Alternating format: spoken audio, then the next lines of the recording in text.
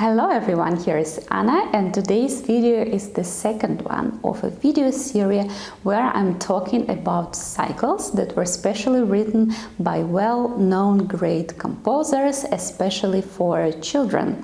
But they are absolutely appropriate also for adult beginners or intermediate students, and for example, advanced students can use them for sight reading.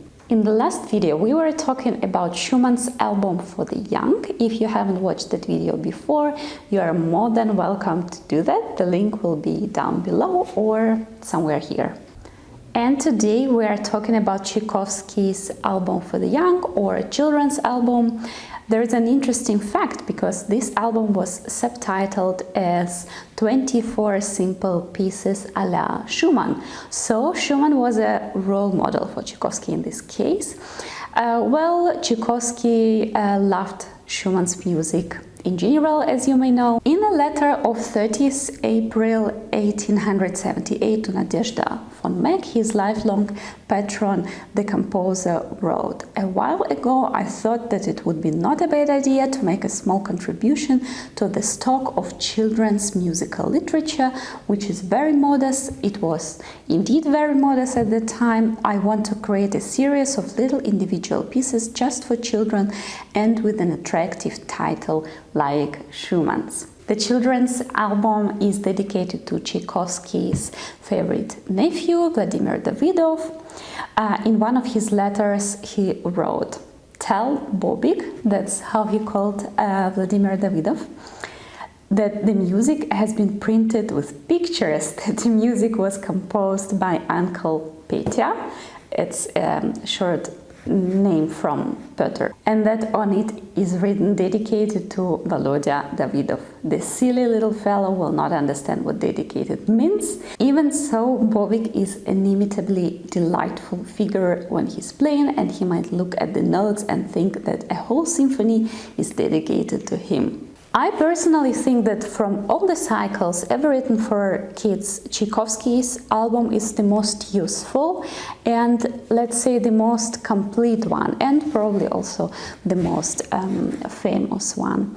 Kids usually play separated pieces from this album, but it works wonderful as a non-stop cycle for a concert, and of course the music is divine. It represents actually a day with night and morning routines and whatever activities and mostly important feelings a young person can experience throughout the day. I think the most often played piece from this cycle is the Sieg-Doll. It's also quite suitable for beginners. It's polyphonic, so you should take care that you bring up the melody and the bass, but the chords, the intervals actually in the middle, they should be played much lighter.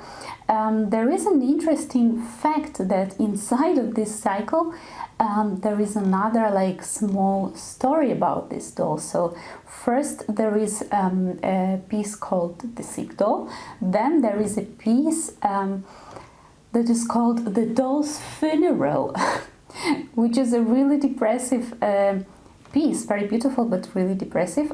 I don't even know if kids play it these days, but then after there is a piece called The New Doll is Coming.